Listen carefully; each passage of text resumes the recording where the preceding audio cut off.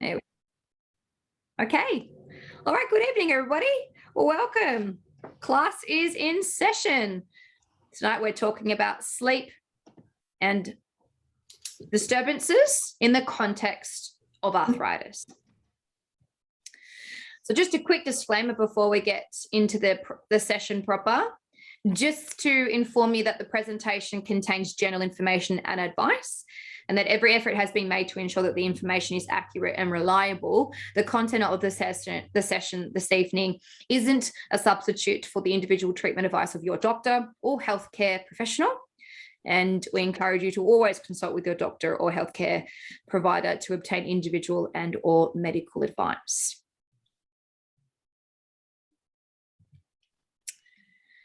So the outline of this evening, well, I think what would be really good is for everybody to start off with the same base understanding of what sleep is and what normal sleep looks like, particularly as we age, because that might clear up a few concerns or worries about people's sleep patterns, particularly as they're aging. And then we're going to have a look at the relationship between sleep, age, and arthritis. Or should I say sleep pain and arthritis?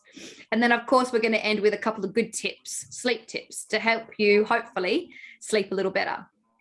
Now, just so you're aware, my background is mostly in musculoskeletal. So I have a degree in sports science, but I also have a degree in honours in psychology. So I combined that education, those qualifications, and the experience I have with treating clients or patients and then delivering also community education. I've combined all that experience into these hopefully concise PowerPoint presentations and very much evidence-based.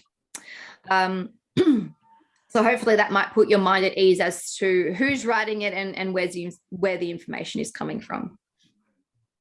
Okay, so let's get into it. The importance of sleep. This is an opportunity for you to come off your mic if you like and give it a go. Anybody like to answer the question? What is the importance of sleep? What is the benefit? What do we get out of it? Does anybody want to have a go? Just regeneration. Yes, absolutely. Rejuvenation, regeneration. I love it. Thank you. Josephine, do you have a hand up? Better performance. Right. Could you make it a little more specific, do you think? The person they were years ago and with a good sleep, with a good sleep, we perform better on our duties, responsibility, and our frame of mind. Alcohol and medications again can have that impact. Did I come across? To be attached and in relationships. Somebody might have a TV or radio in the background. Yeah, there's something going on. Not mine. Is that it's Oh, it's finished. Thank goodness. It's finished now. Yeah, so good. Some really good answers there. One more answer. Does anybody want to throw an answer out to me right now? One more answer? Well, guess? Well, just rest. I mean, Rest. feeling rested. Absolutely. Yeah, definitely. So sleep is both behaviorally and biologically regulated and driven. And it broadly serves to maintain homeostasis and to optimize function across multiple physiological systems.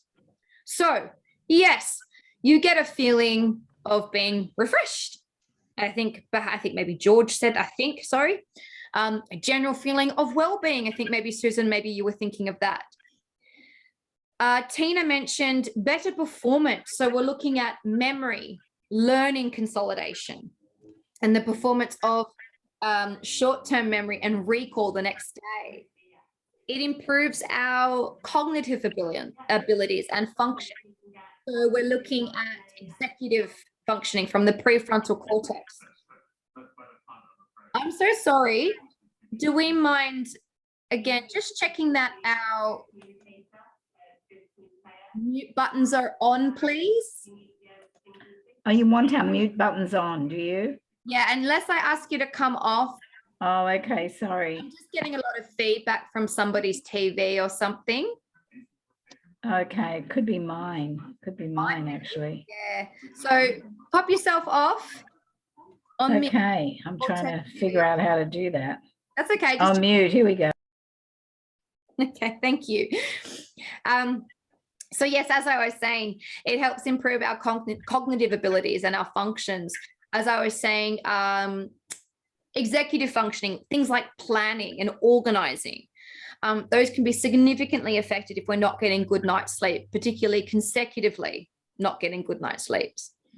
And also, as you may have experienced, better emotional regulation, emotional and stress and pain regulation. Who's had a really bad night's sleep and then the next day, no one come to me with any problems, I can't deal with it. You're crabby, you're cranky, and your tolerance is maybe even non-existent, okay? So this is the importance of getting a good night's sleep, is because we can maintain homeostasis across those multiple physiological systems. Thank you for all participating in that. So once we've got that baseline, let's gather a little bit more base information about what a typical sleep cycle looks like, okay? It's important to know what a typical sleep cycle looks like so we can compare it to an abnormal sleep cycle. So as we sleep, we cycle through different types of sleep, notably depth of sleep. And we can split these into two different types.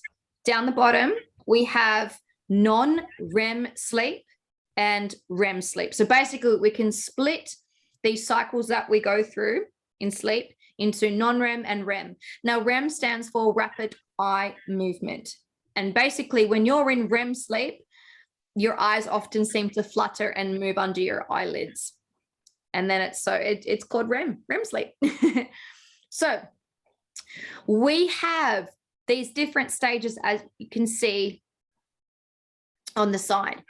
We have obviously wakefulness, which is that denoted by that green line here. And then as we go down and we fall into sleep,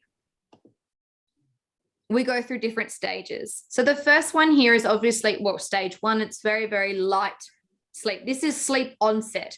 And often it only takes about 1 to 7 minutes to fall off to sleep into stage 2 sleep. This is getting a little bit deeper into sleep. And by this stage here, stage 2, we're officially what we would call officially asleep. Deeper still, we have stages 3 and 4. And this is what we call deep sleep or slow wave sleep. And this would be also known as our restorative sleep. So stages 1 to 4 are non-REM. Then you'll have REM sleep, which is our dreaming sleep. And often the musculoskeletal system is somewhat paralyzed so that we don't actually act out our dreams, although a small amount of movement can occur. Typically, we sleep for around 7 to 8 hours a night on average. And I know people might be laughing at that because they think, oh, goodness, I'm only getting 5 or 4. And at different stages of life, different milestones of life, if you had children, you'll know that, goodness me, when they're babies up to toddlers, 4, 5, even my 6-year-olds still come in at night, your sleep can be severely affected. But as we go through different stages and find out, it's not always 7 to 8 hours of solid sleep for multiple different reasons. So we cycle through these different stages, stage 1, 2, 3, 4, and REM. And while we spend different amount of time in each of those stages, we cycle through all of those in about 90 minutes, okay? And that 90-minute cycle will repeat throughout the night. As you can see, slow wave sleep, so stage 3 and 4, is heavily distributed at the beginning of the night. Whereas REM sleep, you can see, accumulates, gets bigger in the early hours of the morning. So we're often dreaming more in the morning, which is why we kind of remember our dreams a lot more, because they're quite vivid, but they're quite recent. Okay, that effect of recency. So also I'd like to note one other thing here. These green patches, right? These are actually times that we've woken up during our sleep, but we often don't remember this. But it's a good point to know, because it's actually normal to wake in the middle of the night a couple of times. So that's basically the sleep cycle. Okay, we know why we sleep, we know the importance of sleep, and this is a typical sleep cycle. So still building on that baseline knowledge, the types of sleep and why we have them and what happens and their importance. So what happens during our non-REM sleep? So remember, the bulk of that is stage 2, 3, and 4. Brain activity slows, and this allows our body to build bone and muscle, to repair, to regenerate tissues. This stage also helps to strengthen the immune system. Turn the dryer off, please. As we age, we actually get less non-REM sleep. Start to think now of the implications of that. So if non-REM sleep is where we often repair tissues, injuries, perhaps we have arthritis, and this is a time for the body to repair. Do you think perhaps our ability to do this, to repair and regenerate tissues, is impacted due to our age? Because as we age, we get less REM sleep. Interesting. So what happens during REM sleep? Well, REM sleep is important too. Brain activity starts to increase. The major voluntary muscles are temporarily paralyzed, and it's the stage where we dream. And now there are many theories as to why we dream. It could be to consolidate things that have been going on during the day, just as an example. So that's the consolidating of learned material. And again, as we age, we get less REM sleep. Again, perhaps think of the implications of that when it comes to our memory and remembering what we did yesterday and the day before and last week, if we don't have enough REM sleep to help consolidate some of that learned material. Okay, now let's then compare that baseline knowledge, if you will, of what sleep is, what it looks like, with sleep changes as we age. Now, I think this is an important point to make, because often people are really worried when they get older that their sleep is more disturbed, and that worries them. Now, to normalize this, it might help some, but for some, it may not help them at all. But as we age, we actually change this sleep architecture. It changes. Now, I'm not going to really talk about the children, because children and babies are a whole different kettle of fish when it comes to their sleep. So let's just have a look at young adults. So I think where I got this picture from was from a research article. And I think the young adults in this research article were around the 20s. Elderly were around, in this article, were around 70. So if we compare the two here, the first thing that we note is that there are more frequent awakenings. So remember, this top line here is awake, and you can see for the young adults, they're only waking about twice in the night, and they may not remember this. However, the elderly are waking a lot more, particularly as we get closer to the early hours of the morning and we're waking up. I'd like to ask you guys, if you don't have any background noise, would anybody like to have a go as to maybe why that might be the case? I might even have it on the screen, actually. But would anybody like to have a talk about that, the difference there, waking more? Does this happen to you? Would you like to share maybe why, or why you think this happens more as we get older? Yes, I would like to say something. Yes. Well, as we grow older, we have a lot of things happening, like pain in your legs, Yes. or sudden dream, or normally it is pain and cramps and all that wakes you up uh, around 2 or 3 Yes. in Thank the you. morning.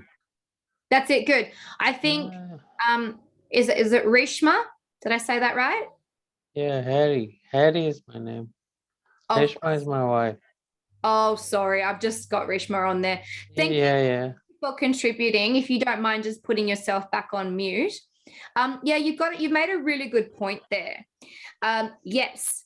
Along with pain and cramps, there is an increased prevalence in obesity, obstructive sleep apnea, which is the OSA, restless leg syndrome, and the need to void.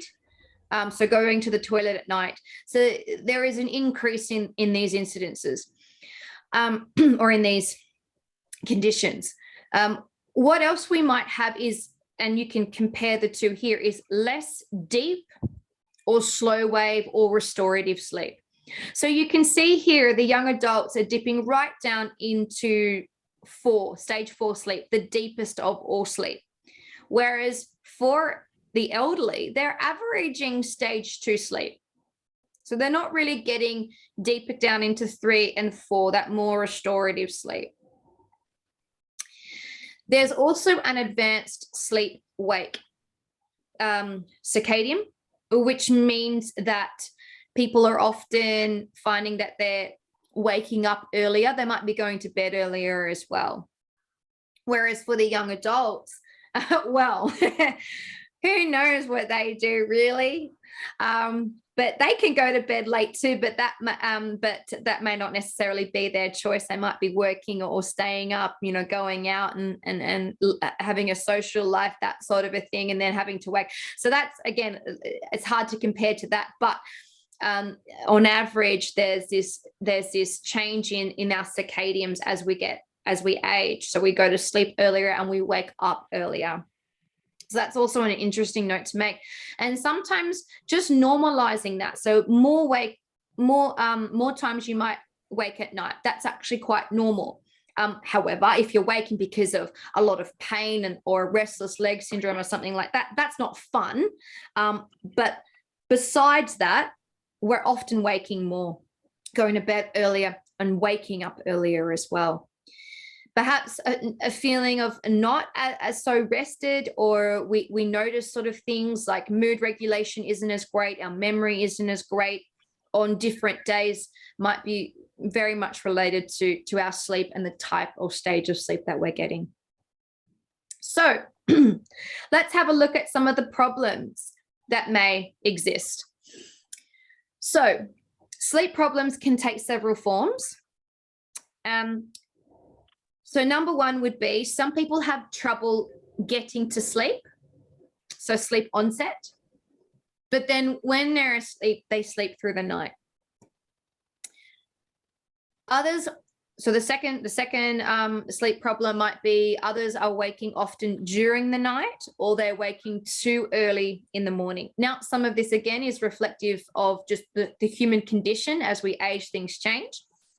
And the last point being is that some people don't remember having disturbed sleep, but don't feel refreshed when they wake up. Now, that's quite common for people with a form of obstructive or sleep apnea. That's quite often the case. They're like, I don't remember waking. I went to bed at like 8 and I got up at 7, sort of thing. But yet they don't feel very refreshed at all. So I just thought that might be an important for you to know, and then perhaps to start to think what disturbs your sleep, if it's disturbed at all. So are you having trouble getting off to sleep, but then once you do, you're okay? Or are you waking in the night or waking too early? Or perhaps you think that your sleep is fine, but then when you wake up, you don't feel good at all. You do not feel refreshed. just some conversation starters for you. Okay. So let's have a look here. Relationship between sleep and pain. So it's complex, to say the least. But this evening, I just have one or two explanations for you. So first of all, you need to know that sleep, pain, and inflammation are linked, complexly, deeply linked. Number one is lack of sleep can disrupt your natural pain reducing mechanisms. So what does that mean? Our natural production of opioid to inhibit or stop pain and pain signals is impaired with lack of sleep or poor sleep, disturbed sleep. So our body has this intrinsic innate ability to regulate pain or pain signals. But with lack of sleep, it can't do this as well. So that opioid pump that we might get from our brain to dull pain signals or the pain experience, we don't get that as much. The mechanism is implicated by lack of sleep.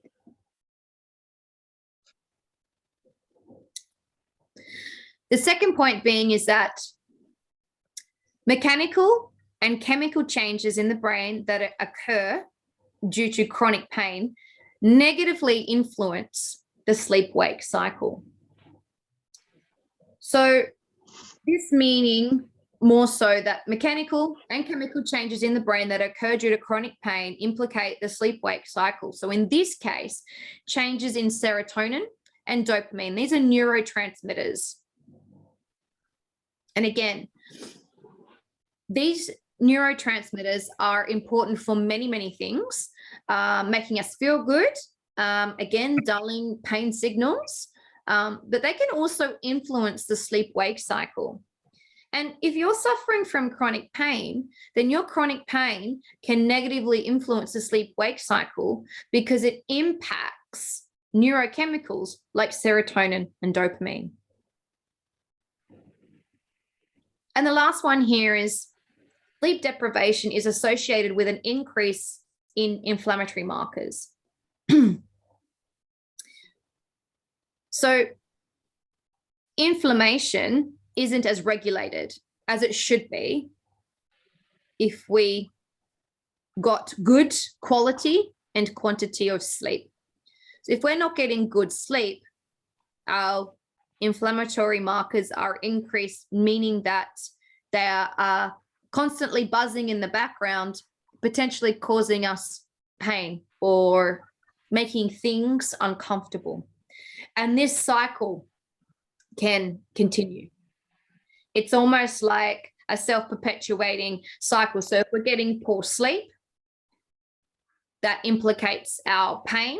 If we're getting poor sleep, that also implicates how the inflammation systemically is regulated. If we've got lots of inflammation running around, then that likely triggers pain. And if we have pain, then we have trouble sleeping and the vicious cycle continues. And it's about trying to find ways and means to break the cycle, to rein in one of these, to can take control over one of those so we can break the cycle and reduce the inflammation, reduce the pain, and hopefully therefore increase our quality of sleep.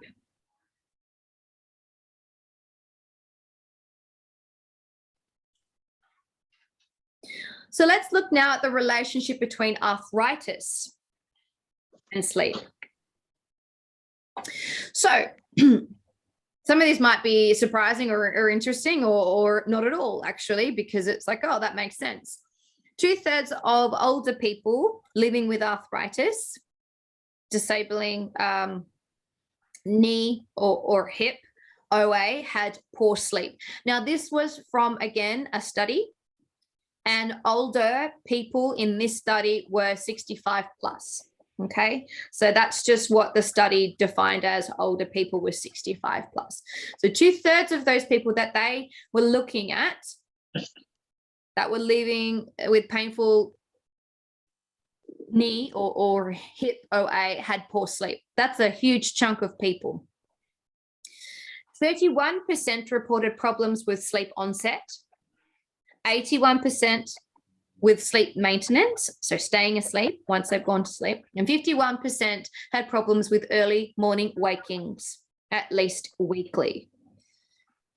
Reflecting on your own experience, assuming you're here tonight and you have arthritis and you might be having sleep issues, which category do you fall in? Do you fall in with the majority being that 81%? So you're having trouble maintaining sleep, and you know, why might that be the case? We're going to the toilet. Are we in pain? Do we have leg cramps? What might be the case there? Or do you have trouble getting off to sleep because your mind is buzzing or you're uncomfortable in pain? Interesting to note and compare yourself to, I guess, these generalized markers from a study. Relationships between poor sleep and arthritis and pain. So depressed mood with both greater comorbidity and symptoms of restless leg syndrome, obstructive sleep apnea, and insomnia. So those people who had poor sleep who had arthritis or were experiencing pain from arthritis, they had a depressed mood. They may not necessarily been clinically depressed, but they had the symptoms or symptomatic of depression or anxiety. And they had a greater chance or risk of having restless leg syndrome, obstructive sleep apnea, and or insomnia. Daytime napping was common. And there are mixed findings as to whether this adversely affects sleep quality and latency. So how long it takes for you to get off to sleep. And I just thought with that last dot point there, I might just add that if we just dive a little bit deeper into that idea about is daytime napping good or bad? I don't really have the answer, but I can explain a little bit for you. But just a quick hands up or in the chat box, who has a daytime nap? Anybody, if you can? Some do. I try not to. Try not to. Yeah. Look, I don't know definitively what the right or wrong thing to do is. I'm not sure. But keeping this in mind, remember how I said at the very beginning that our sleep is biologically, physiologically, like internally and externally driven. Okay, that sleep-wake cycle is driven by the sun. Okay, the sun and the daytime light that impacts melatonin and cortisol in our body and things like that. But other things are what the other one is, or there are actually quite a few, but another one is what we call sleep load. So there are a few models or theories that explain the mechanism of sleep. And one of them is called the two-process model. And this is that. So essentially, as we wake and the day progresses, we accumulate sleep debt or sleep load, if you will. This helps us to initiate sleep at the end of the day, basically. So as you can see here, 9 a.m., we're just waking up. So we've just had a sleep. So our sleep load is low. But as we have a day and we're active, we have alert signaling here, if you will, by 9 p.m., our sleep load is at its highest. So we have to repay that. So sometimes it depends on what context you're talking about, but think of it as sleep debt. You owe your sleep bank sleep money. So it's getting higher and higher. And so what we need to do is obviously sleep load then urges us, helps push us into those into sleep essentially. So here we are. So being awake, obviously that reduces, that alertness reduces, and we are gaining back our sleep debt.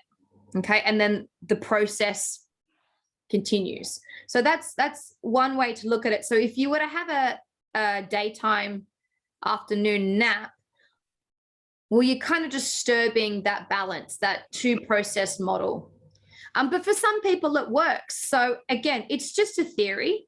But just keep that in mind. If you are having trouble with sleep latency, so getting off to sleep, it's taking you 20 minutes or half an hour to get off to sleep. Are you having a daytime nap? Sometimes you can't help it, but if you are, had you tried reducing the amount of time you were sleeping or reducing when you were sleeping? So maybe you can try and move it around, play around with it and see if it affects how your sleep quality at night.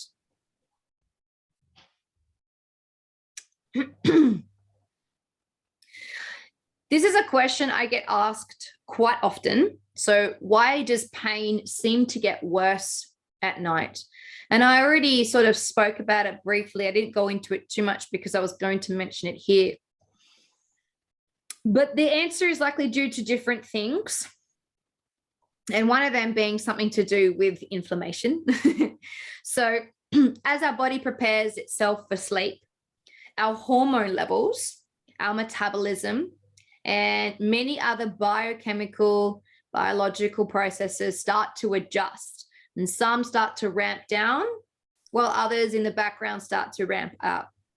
So an example of that could be levels of the anti-inflammatory hormone cortisol. Cortisol is naturally lower at night.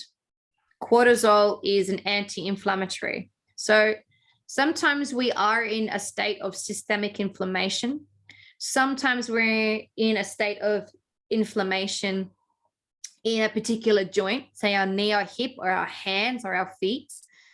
And when we don't have cortisol doing its job to dampen those signals of inflammation and pain, then we might start to feel more pain at night. Staying still in one position, like for example, after you've had dinner, you're sitting on the couch, you're having a cup of tea or whatever your nighttime sort of ritual or habit is.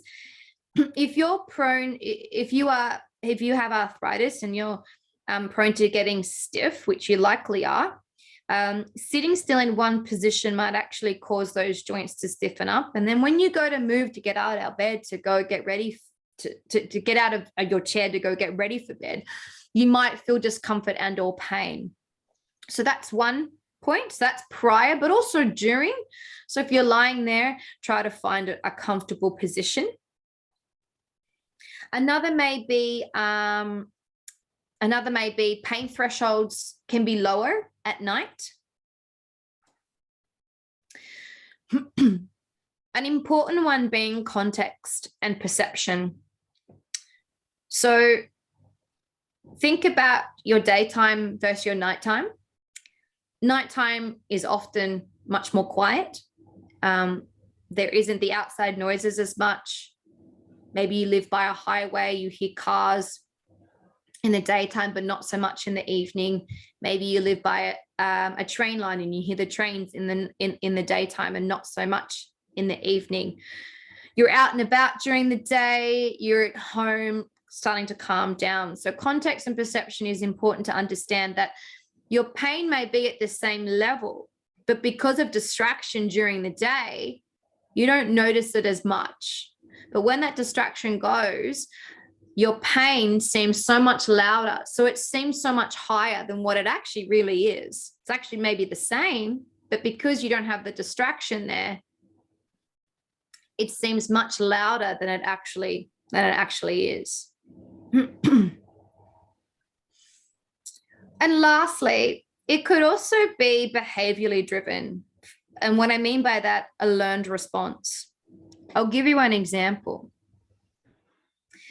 I had a client a while ago, and they did have a form of arthritis. They had other things going on as well.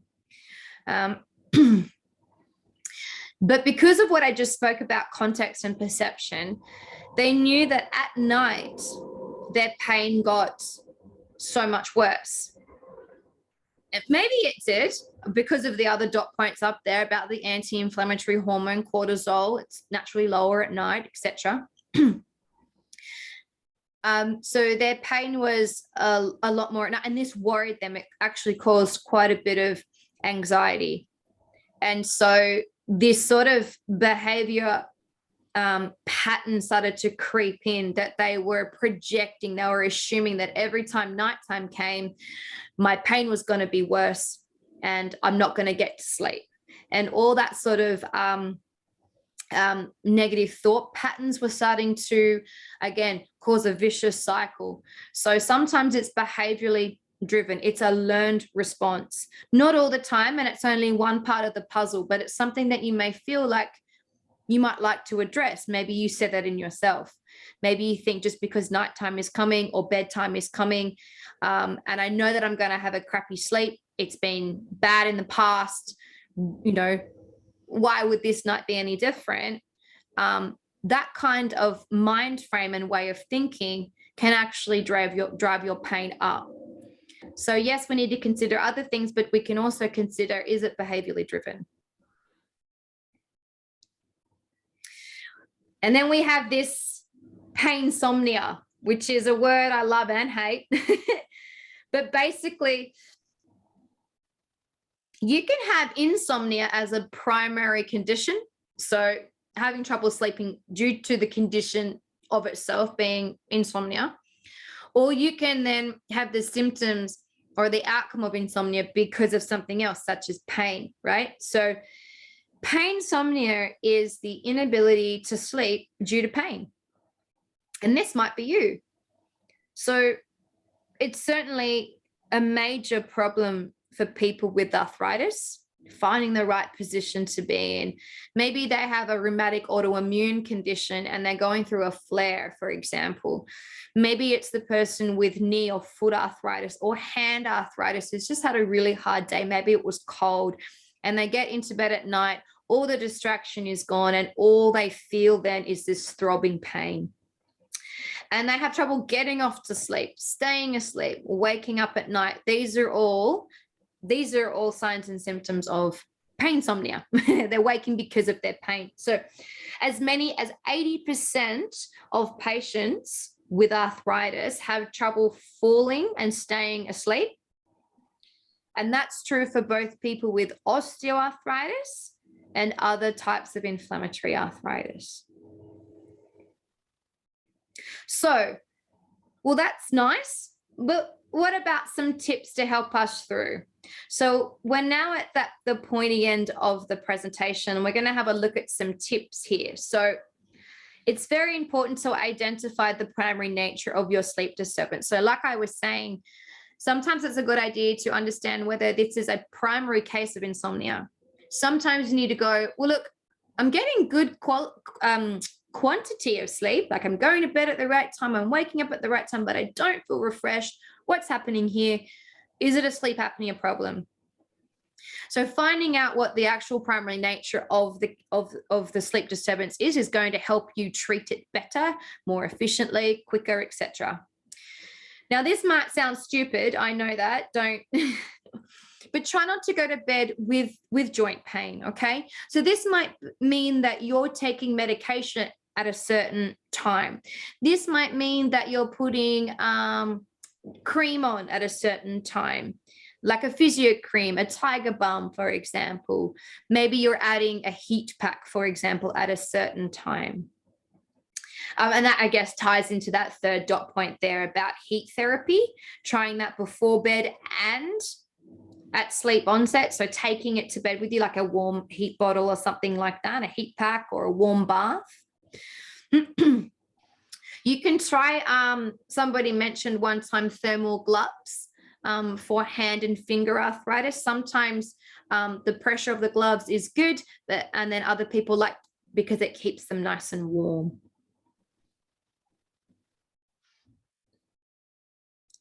Try a heat cream at any point in the night. This is, of course, if heat works for you. Often it's quite soothing. Anything that disrupts the pain signal is going to work. It just depends on what you like. So a heat cream. So you're looking at a tiger balm, a Voltaren, a physio cream, or a capsaicin cream. And you can now get capsaicin cream in a high percentage over the counter, which is really good. Capsaicin cream is great for disrupting pain signals. So give that a go if you haven't before. Maybe you need to think about sleeping position and pillow placement. So if you're a back sleeper, adding a pillow under your knees might help take pressure off your knees and your hip and your low back. Side sleeper, you might like to put a pillow like this lady is here in the picture underneath this knee. It takes a bit of pressure off the outside hip joint here. So I think just playing around with how you sleep. If you're having trouble getting off to sleep because you're feeling anxious or worried, try some deep breathing exercises, relaxation, meditation to help you go off to sleep. You can even try a little notepad or diary next to your bed. So if you're worried about things for the next day, and if we're worried, this perpetuates pain as well. So it's good to deal with the worry. You can write those things that are concerning you down, or your to-do list for tomorrow. So it's out of your head and it's on the piece of paper. The other key thing here is, particularly when it comes to forms of insomnia, including painsomnia, don't linger in bed.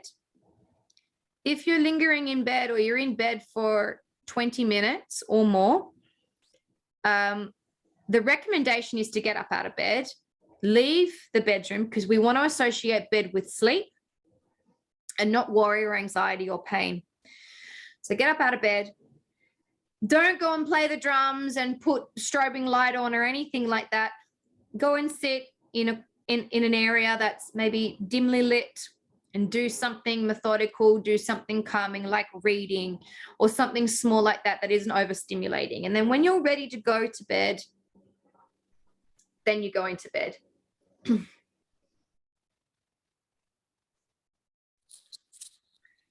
Some further tips here. We're almost there.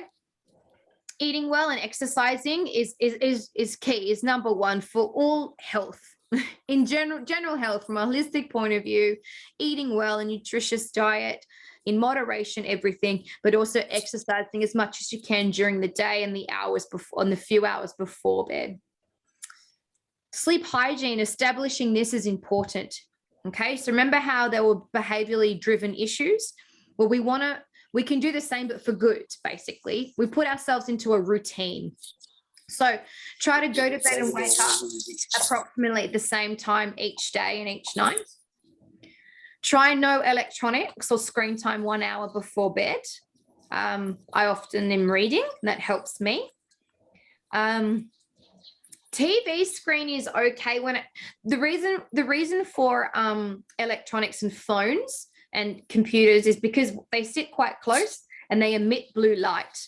And this disrupts the melatonin, cortisol hormones that help put us to sleep. A TV is not so bad because it's far away. So a TV doesn't really disrupt that. It doesn't emit the blue light, or it doesn't get to us because it's not as close. So just keep that in mind. Eating and drinking, try to reduce that right before bed, particularly caffeinated drinks. Try dim lighting. And just be sure that you're able to see when you're moving around. When you go to bed, go to the toilet before you go to bed. Oh, that's obvious. That's an obvious one. But if you get up during the night, make sure to have a small dim light, like a night light. It may help instead of flicking on the ceiling light. Could help.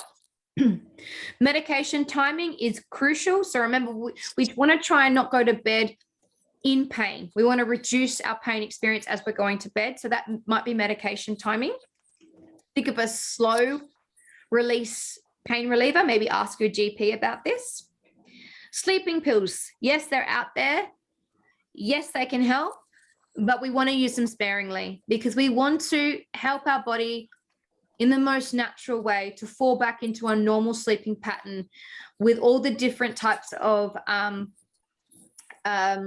drivers or regulators within, so internally and externally from our body. So the light drivers, internal like hormones. So we have cortisol and melatonin, our internal circadian rhythms and things like that. I will say this, any medication that helps significantly reduce somebody having anxiety or helps somebody's feeling of sleepiness is good to take in small amounts, obviously use sparingly, to break a vicious cycle. That's what you use them for. They're a Band-Aid effect. You don't want to use them long term, but they're to break a cycle. So if you can break a cycle of anxiety before bed or pain before bed or help you get off to sleep for a couple of nights, it might get you out of that vicious cycle. But what we don't want to do is start to rely on these, form a dependency and a tolerance to these. And I mentioned keeping a notebook by your bed. So in summary, keeping in mind that there are changes in sleep-wake cycles, awakenings, etc. And these are normal as we age. This helps just normalize the human condition, the human experience. Good quality and quantity of sleep helps modulate pain, as well as aids in cognitive ability, memory consolidation, and general feeling of well-being. There is a strong bidirectional link between poor sleep and increasing perception of pain. And I'd like to add inflammation in that as well. So that vicious cycle of poor sleep, pain, inflammation, poor sleep, pain, inflammation. Pain at night appears to be worse, likely because there are less distractors and also hormonal changes. And we went through some tips to potentially help you sleep a little bit better. And I guess what I'd like to do now is ask you if any resonated with you, and if you have any tips that you'd like to share. And what we'll do now is we'll come back to the main page. And I'd just like to ask, just very briefly, because I'm just looking at time, another 5 or 7 minutes here. You've got a tip that really helps you get to sleep when you're in pain, if you've got arthritis somewhere. If you'd like to share that now. You might not think it's a unique tip, but I bet you it is. I've heard lots of weird and wonderful things, and they sound pretty helpful to those people. So if anybody would like to share, now's the time. I think what I hear and read is, if you during the sleep you think something positive or something that makes you happy, gives you better quality of sleep. Yeah, is that correct? that's a good one. I'm just going to put in the, if I could spell it right. Dream something that makes you feel happy. Gratitude. In the past has happened, you dream about those things, Yes. things positive, then you can get a good quality of sleep, I suppose. Thank you. Laura, I think you've got your TV on in the background. Do you mind putting yourself on mute again? Can you turn mine down? Can you turn it down, Terry? Sorry. So yes, that's a good point. And, we can't cover everything tonight, but gratitude is a great way to practice. It's a form of mindfulness, of course. But if we practice gratitude and think about the things that we're grateful for during the day, or that we have in life, we can think about them, we can write them down. That has been of hot topic in a lot of research studies recently, and a great way to help reduce anxiety, for example, and help with sleep and sleep quality. Mine's a little bit like Reshma's. You know how you wake up at 3 a.m. and you start thinking about something, and it's always worse at 3 a.m. in the morning. Yes. I say to myself, it's going to be all right. Yes. It's going to be all right.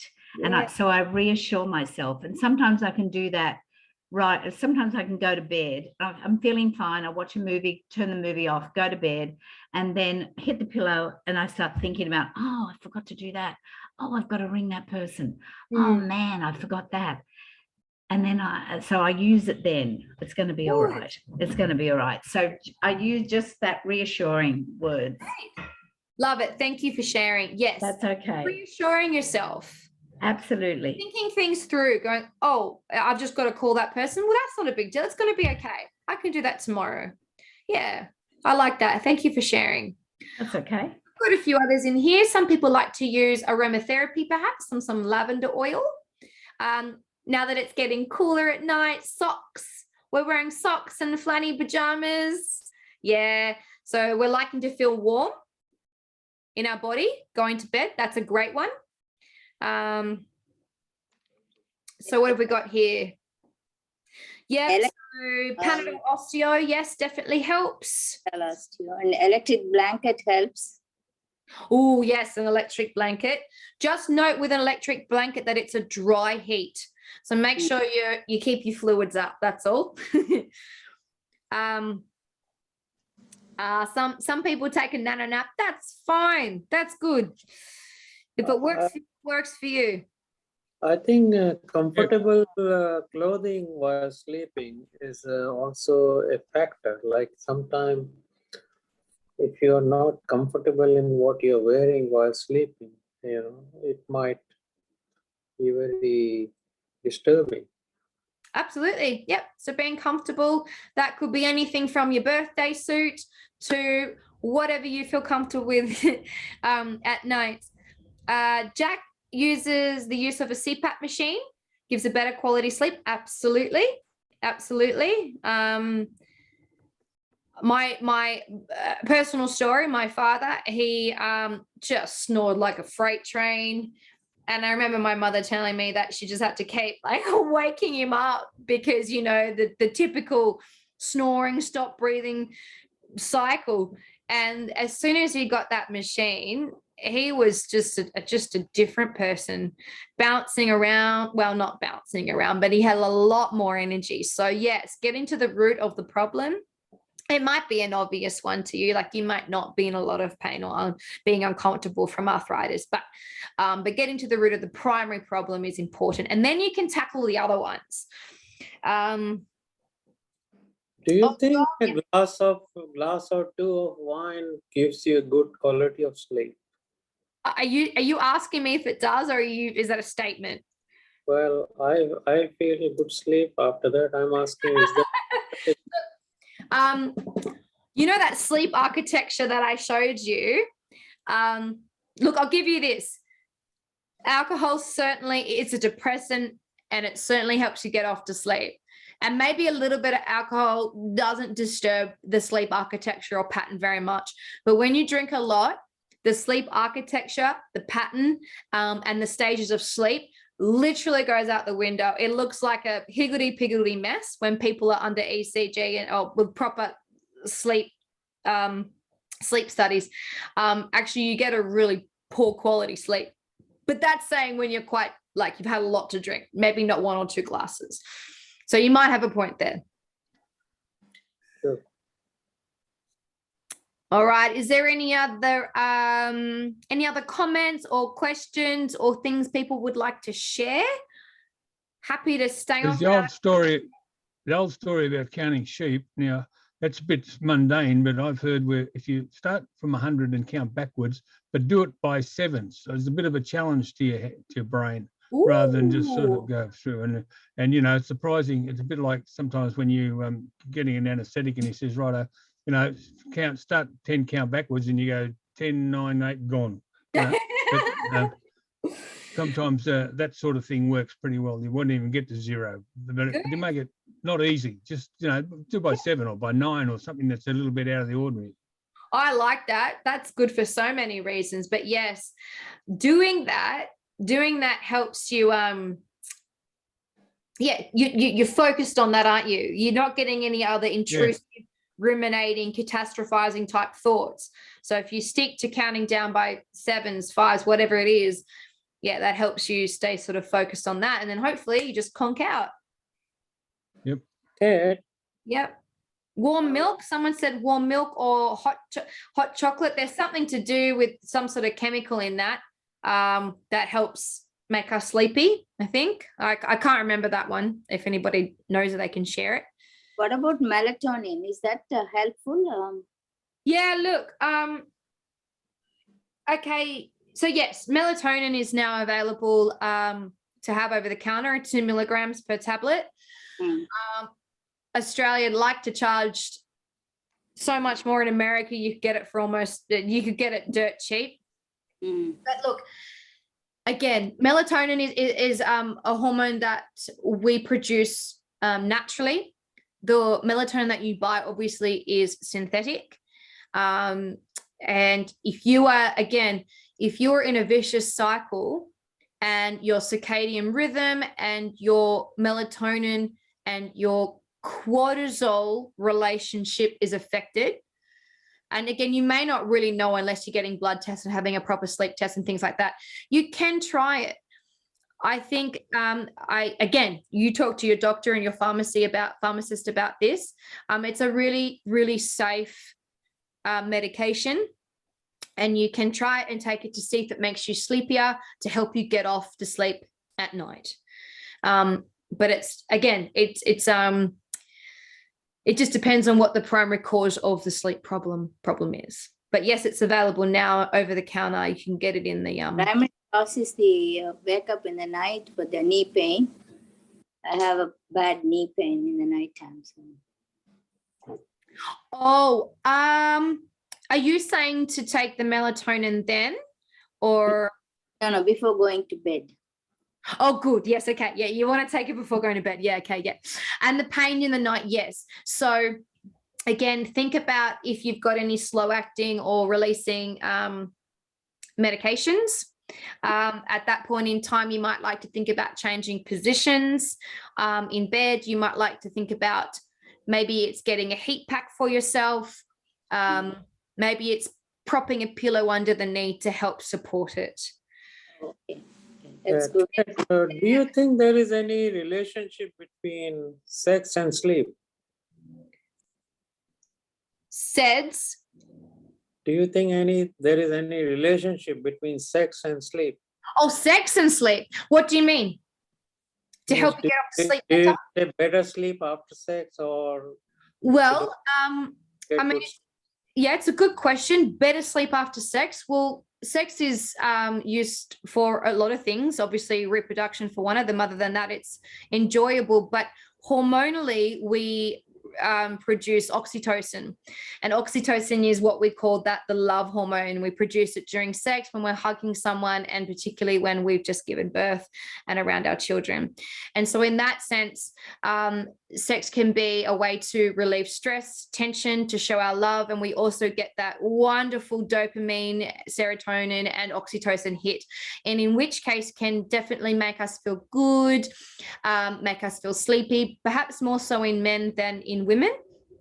But the relationship, scientifically, I don't know, but I'm sure there is a very good relationship there, and I'm sure it's all going in the one direction.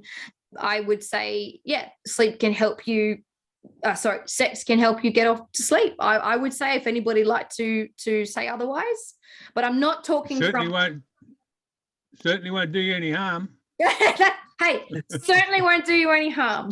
Certainly won't do you any harm. Good question. Thank you. Thank you, Deb, for putting that in the chat. Thank you. Milk contains tryptophan. That was the word that I was looking for. Thank you, which helps the body produce serotonin and melatonin. So there you go. And chocolate also helps in that way too, with a few other minerals as well. Thank you for finding that out for me. Well, guys, 8:36, great conversations. So we're talking about feeling comfortable at night with what we're wearing. We're talking about melatonin before bed, but also looking at, what might be the primary cause of your sleep problem or problems, if you're having one. Changing up positions, taking medications at the right time. You might like to talk to your partner about saying that Kat said that sex helps with going off to sleep. That helps. And I think that summed up our comments mostly. Do you think did too much of this knowledge, what you went through, put a lot of people under stress that, oh, I don't do this, I don't do that, maybe I don't do sex, will I be sleeping tonight? So this kind of fear, like, of too much knowledge, putting you in too much of stress situation. I understand what you're saying. Absolutely. People can look at it from that point of view. Yeah, absolutely. We all take in information differently. I'd hope that people would leave tonight's session going, wow, like actually got a lot of out of that. Actually got a lot of options out of that. I might try some of those and hopefully not feel like they feel pressured to do certain things. That's what I hope. And I hope everybody here who's going to leave feels the same way. No pressure to do anything, but hopefully just a few more little tools in your toolbox to try to help you manage your sleep better. That's what I think. And that's what I hope. If you're not getting sleep, have a glass of wine and sleep. Again, each to their own. And again, one glass of wine, probably no harm in that. No harm in that. Again, in the context of, do what's right for you and your health and all those sorts of things. But all right, guys, we might call it there. Thank you for some fantastic conversations tonight. Thank you for sharing for those who did. For others who had me on in the background while you were cooking, thank you. I hope it was enjoyable. I hope you learned something. If you didn't learn something, I hope something was reinforcing to you. So look out for the survey. It will be emailed to you soon, maybe tomorrow, I think, and perhaps see you in future webinars. All right, guys. Thank you all. Thank you, everybody. Great to see you all. Bye-bye. Thank you. Thank you.